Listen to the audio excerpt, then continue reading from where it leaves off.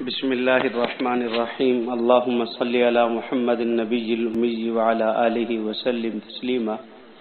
احباب گرامی، ہمارا یہ سنن ابی داود جلد اول کا 29واں سبق ہے۔ ہم نے پچھلے سبق کے اندر باب فرض الوضو اس کو پڑھا تھا اور اس کے متعلق ہم نے چند باتیں پڑھی۔ چوتھے نمبر پر جو امر رابع تھا وہ متون حدیث کی تشریح تھی، تو اسی متون حدیث کی تشریح میں سے آج ہم پہلے ایک مسئلہ پڑھیں گے، مسئلہ فاقد الطہورین۔ دیکھیں مسئلہ فاقد الطہورین کیا ہے کہ بھئی اگر کوئی ایسی جگہ پر ہو، کوئی شخص ایسی جگہ پر ہو جہاں وضو کرنے کے لیے نہ اس کے پاس پانی ہو اور نہ ہی کوئی ایسی چیز ہو جس سے وہ تیمم کر سکے، تو گویا کہ یہاں اب دونوں طہارت کی جو چیزیں ہیں وضو اور تیمم دونوں مفقود ہیں، تو اس مسئلے کو مسئلہ فاقد الطہورین کہتے ہیں۔ تو اب یہ شخص نماز کا وقت ہو گیا ہے تو یہ کیا کرے؟ اس میں حضرات فقہا کے مختلف مذاہب ہیں۔ سب سے پہلے نمبر پر امام شافعی علیہ رحمہ کا مشہور مسلک یہ ہے کہ یہ شخص ادا اور قضا دونوں کرے گا، یعنی اس پر ادا قضا دونوں واجب ہیں۔ اور اس کی دلیل، امام شافعی کی دلیل یہ ہے کہ طہارت شرط ہے بشرطے کہ اس پر قادر ہو، اور جب طہارت پر قادر نہیں تو بلا طہارت کے ادا واجب ہوگی، لیکن یہ ادا ناقص ہے تو طہارت پر قدرت ہوگی تو پھر اس کی قضا بھی دوبارہ واجب ہوگی۔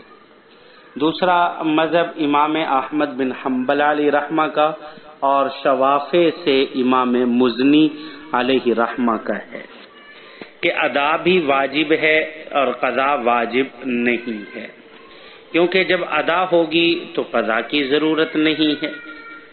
اور تیسرا مذہب امام مالک علیہ رحمہ کا ہے کہ امام مالک علیہ رحمہ کے ہاں نہ ادا ہے اور نہ ہی قضا واجب ہے، اور ان کی دلیل یہ ہے کہ طہارت پر قدرت نہ ہونے کی وجہ سے یہ شخص نماز کا اہل ہی نہیں ہے، جیسے مجنون ہو گیا، تو جب ادا واجب نہیں ہے تو پھر قضا تو بطریق اولا واجب نہیں ہوگی۔ چوتھا مذہب امام اعظم ابو حنیفہ علیہ رحمہ کا ہے کہ امام صاحب کے ہاں ادا جائز نہیں، قضا واجب ہے۔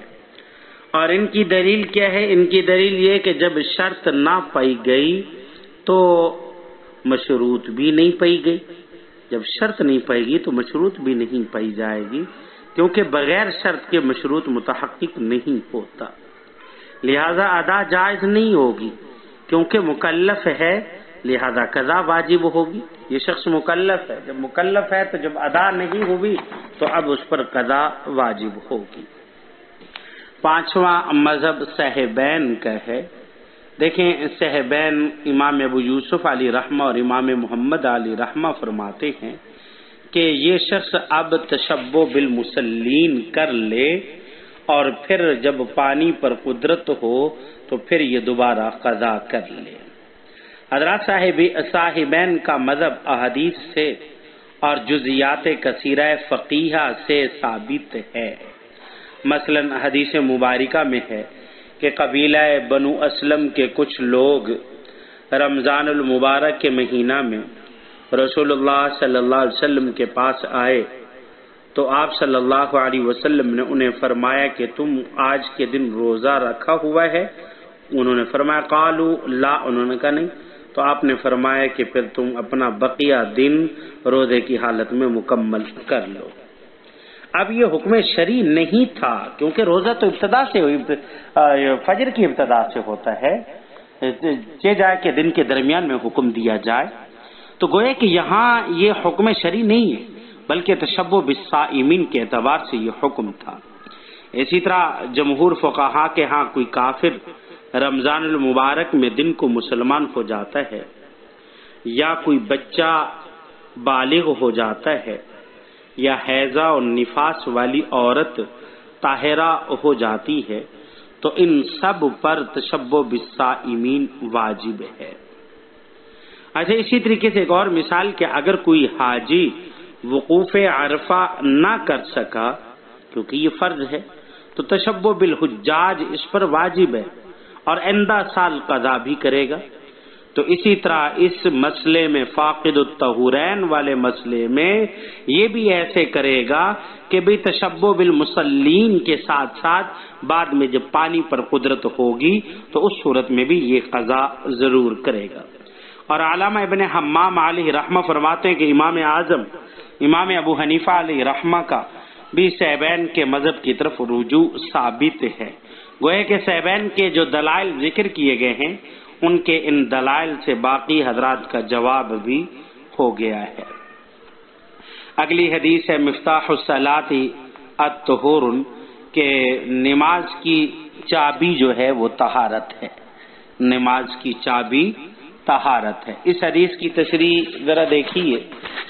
دیکھیں اس حدیث میں جناب رسول اللہ صلی اللہ علیہ وسلم نے نماز کو ایک مکفل گھر سے تشبیہ دی ہے کہ جس طرح مکفل گھر میں داخل ہونے کے لیے چابی کی ضرورت ہوتی ہے، اسی طرح نماز میں بھی داخل ہونے کے لیے چابی کی ضرورت ہے اور وہ چابی طہارت ہے. جیسے گھر میں بغیر چابی کے داخل نہیں ہو سکتے، اسی طریقے سے نماز میں بھی بغیر طہارت کے داخل نہیں ہو سکتے. تو طہارت یہ قسم کی چابی ہے اور جس سے حدث کا تالا کھولا جاتا ہے. جب تک حدث کا تالا کھولا نہ جائے، گویا کہ حدث کو دور نہ کیا جائے تو نماز میں داخل بھی نہیں ہو سکتے. نماز میں داخل ہونے کے لیے حدث کو دور کرنا، طہارت کا حاصل کرنا، پاکی کا حاصل کرنا یہ ضروری ہے. بغیر طہارت کے نماز درست نہیں ہوگی. اللہ رب العزت ہمیں عمل کرنے کی اور سمجھنے کی توفیق عطا فرمائے. وما علینا الا البلاغ.